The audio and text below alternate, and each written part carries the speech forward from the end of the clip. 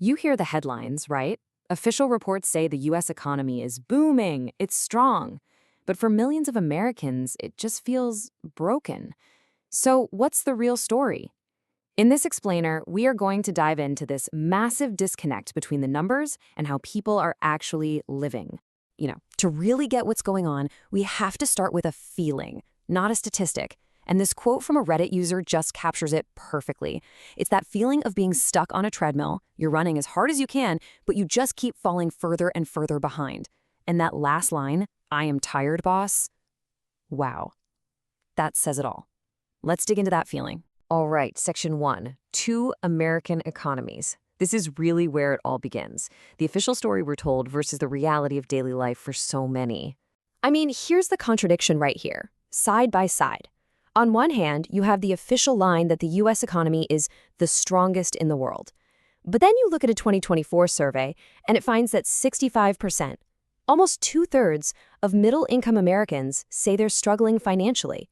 How can both of those things possibly be true at the same time? Now, okay, to be fair, there has been a little bit of an improvement in how people feel.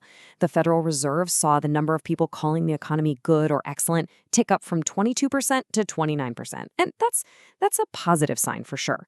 But let's be real, that still means over 70% of adults don't feel that way.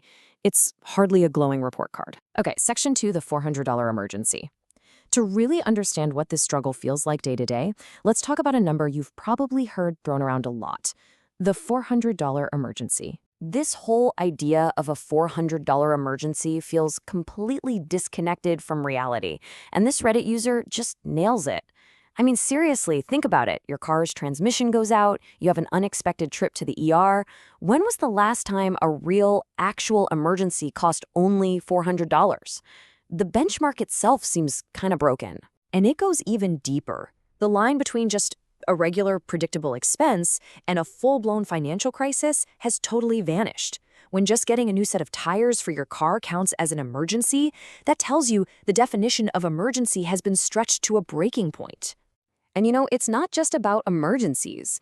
There are these systemic traps. This user points out what's often called the welfare cliff. It's this bizarre, upside-down situation where getting a raise can actually make you poorer. You end up losing more in benefits like food assistance or healthcare than you gain from the extra pay.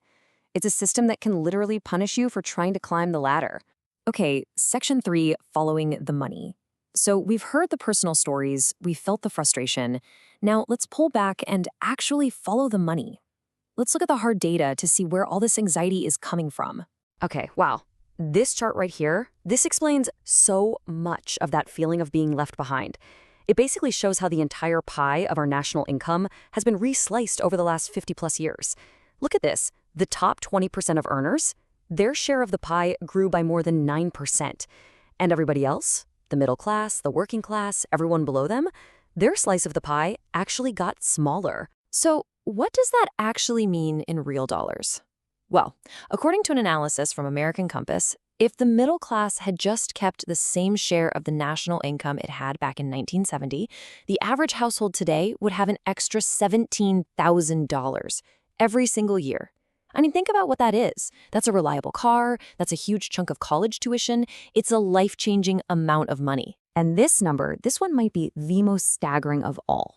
Back in 1985, a typical male worker needed about 40 weeks of pay to afford the basics of a middle-class life: a house, a car, healthcare, education. By 2022, that jumped to 62 weeks. The problem, of course, is there are only 52 weeks in a year. The math literally doesn't work anymore. Section 4. What broke capitalism? So what on earth happened? What caused this massive shift?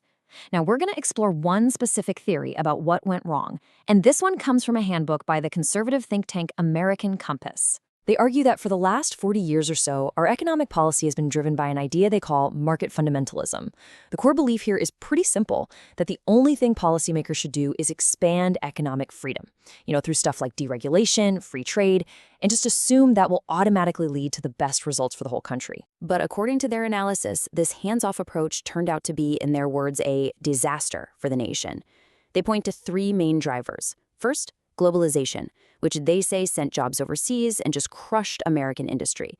Second, financialization, which is this shift where the economy became more about Wall Street profits from things like stock buybacks and less about long-term investments in actual workers in factories on Main Street. And third, the decline of unions, which meant workers lost a lot of their power to bargain for better pay and benefits. The head of American Compass, Orrin Cass, puts their whole argument in a nutshell with this quote. He says that when a company can just avoid raising wages by moving a factory to another country, yeah, the market will still deliver profits for shareholders, but it comes at the cost of the nation's own health. It leads to what he calls national decay. So let's get to our final section, Section 5, the politics of anger. Because all of this economic pressure, well, it inevitably spills over into the anger and division that we see everywhere in our politics today. A Reddit user put it pretty bluntly and I think perfectly.